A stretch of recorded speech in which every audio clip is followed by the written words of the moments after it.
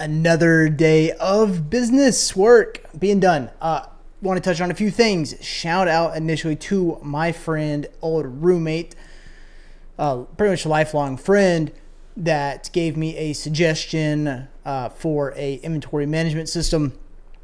I haven't set it up yet, but it looked really promising when I was looking at it earlier when you text me about it. So I appreciate that. I hadn't heard about it, so I'm really optimistic about that because I want to get away from Google Sheets and lost focus. But I want to get away from Google Sheets and begin on something else. He is also setting up a business, one that I actually really like and I think it's really cool.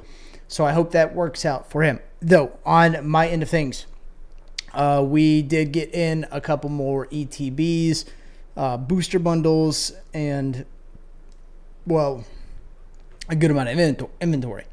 So have those set up. We did actually organize our inventory more. So instead of it being on one place, we got that set up. We had some poly, our first true kind of, I don't know the technical term. I'm calling them poly mailers. But basically these plastic cellophane style, clear envelope, almost self-sealing bags, right? These are going to be for the clothes that are going to be resold. I can put them inside of there, and then I can put a sticker on the outside of that bag to label it. So I had one of the jackets are AJ1, for instance, and that's adult jacket 1, and I can look at it and I can say, okay, I know what this is. Have that labeled, have the clear box labeled for basically adult jackets. So I'm okay, everything in this container are going to be adult jackets, and I can quickly kind of look through it and see, because it's only going to hold so many jackets in a container. Not too complicated of a system, but I think it's simple enough to work physically. So that's pretty optimistic for me.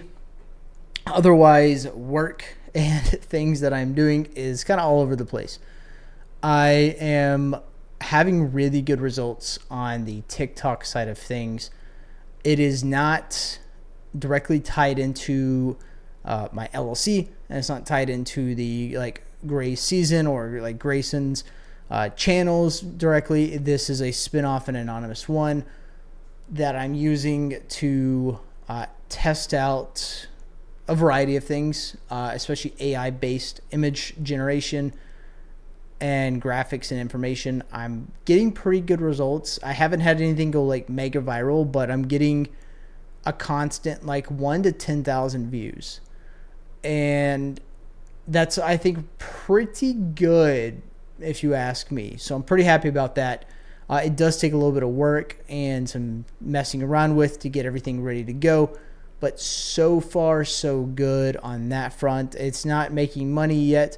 I'm not selling anything on there yet. It is still in the super early growth stage, but I think eventually we might be able to maybe do some affiliate marketing, possibly sell something on that on the side. So we're looking at that to possibly do. Turning out well though. One thing I want to look into possibly doing as well is moving over my Gemini and Claude subscriptions over to the business account. I use Google Gemini strictly for business. There's no personal usage. This is YouTube stuff. This is TikTok stuff. It's mainly for thumbnail creations or editing or the like. Same with Canva. I use that to edit photos and images as well. I do pay for that. I would like to move that into the business account. I don't see any issues with that. I don't think IRS would have an issue ever either. I mean, I think these are all valid usage, software as a service tools for the business. Claude itself is used for a variety of business ideas, testing stuff out, and then any web apps, websites I would build would be based off that, right? And other tools, of course. So I think that might be something I could move into it, which could take out and put something like $50-$60 a month outside of my personal spend into the business spend. And yes, at the end of the day, it is my money going out, but when it comes out of my personal account and there's no potential tax benefits of it, it does kind of make more sense to put it, if the business is going to be using it anyways and strictly using it, it makes more sense to just go ahead and move it into the business where at least it's going to reduce some of the tax liabilities at the end of the year. So I think it's a good idea. I will probably reach out to my CPA, get his thoughts on it, and check that out. I don't think it's a bad idea, at least not at the moment. But I'm not going to rush into it. We're still kind of getting the finances set up more there. Transferring money definitely is taking longer at the bank that I use. So I'm not having like a great experience with money transfer with Mercury. If you wanted to use them, just know, like, heads up, like, I'm transferring from, like, say you're using one of the big name banks, like whatever, Wells Fargo, Chase, whatever it is. You're going to probably have to wait the full 5 days to get your money. It's not the end of the world, but it's something to keep in mind. Like, that is, nowadays, 5 days to get your money is pretty unreasonable, if you ask me. I think 2 days is the longest you really should have to wait nowadays. And if you're looking at anything less than that, then you're probably good. But, 0 to 1 day is, I think, like the standard now. I guess you could argue 2 days, but I think usually like 1 day is pretty reasonable. And they want to charge additional fees to do these instant transfers, so it's every other bank you can transfer the money and have that money to spend in a day or two. And they're usually going to be about 5 days. So that's kind of the downside, rambling there. I'm trying to put money into the business account and I'm having to wait an extended period of time to do so. And that's not that great. It does delay some things. So I need to also just start actually pumping out the listings and selling some of the inventory that I'm sitting on. That'll free up some cash flow.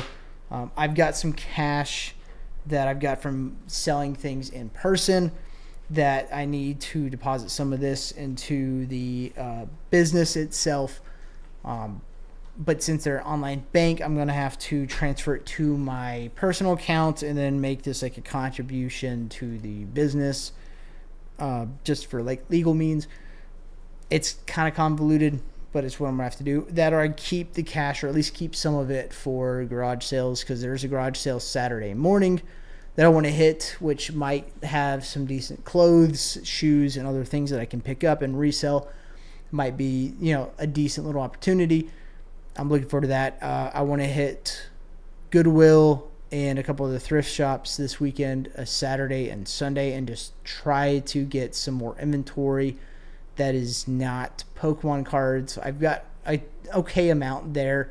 I should have a total of, let me just think, seven or eight ETBs, multiple booster bundles. I got the pre-orders currently for the Chaos Rising ETBs, booster bundles. I've got those on the back side of things, and I've probably got some more orders. I got an order today. I picked up a few inventory pieces there. I got a Mega Charizard tin I picked up off Walmart this afternoon.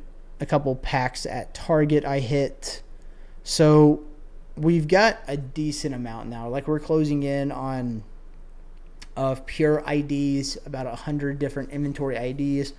I think that's sitting around 115 inventory items specifically, and that's not counting the bulk cards as a separate thing, as those will be sold as a bulk sell-off.